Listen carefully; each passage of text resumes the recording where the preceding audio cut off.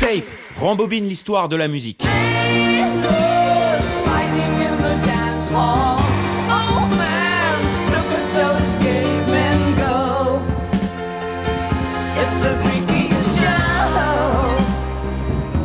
Je suis une star instantanée, ajouter de l'eau et mélanger. C'est en ces termes que David Bowie se définissait lui-même.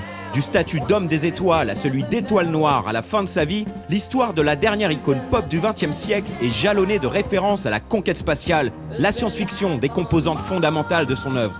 Alors tentons d'expliquer pourquoi David Bowie cherchait tant à savoir s'il y a de la vie sur Mars. Ground control to Major Tom. En 1968, à la sortie de 2001, l'Odyssée de l'espace, David Bowie, encore inconnu à l'époque, est pris d'une révélation.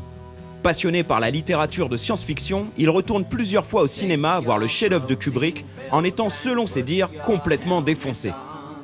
Cette expérience lui inspire l'histoire de Major Tom, un astronaute solitaire présent dans l'album Space Oddity, le disque qui le révèle au grand public à une époque où l'homme fait ses premiers pas sur la Lune.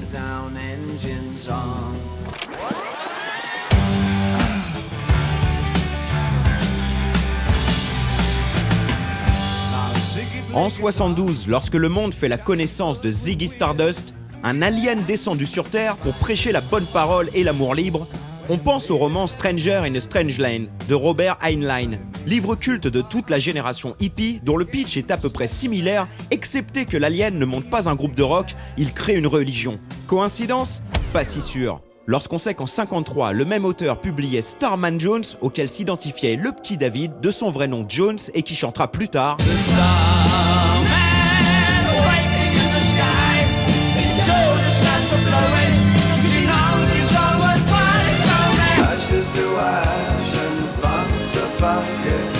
Tout au long de sa carrière, Bowie n'a cessé de pointer du doigt le cosmos. En 1980, il nous avoue que Major Tom n'était qu'un junkie. En 1999, il incarne un extraterrestre dans le jeu vidéo Nomad Soul, après avoir incarné un extraterrestre dans L'homme qui venait d'ailleurs en 1976.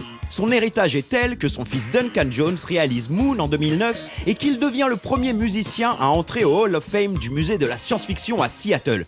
Mais surtout, Space Oddity est repris par l'astronaute Chris Harding, qui fait de ce titre la seule et unique œuvre musicale enregistrée dans l'espace. This is ground control to Major Tom. You've really made the grade. And the papers want to know whose shirts you wear. But it's time to guide the capsule if you dare.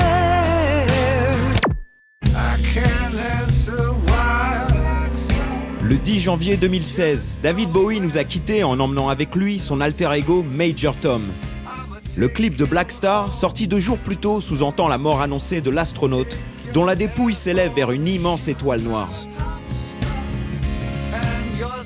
Black Star fait office d'épilogue prophétique aux aventures spatiales de David Bowie.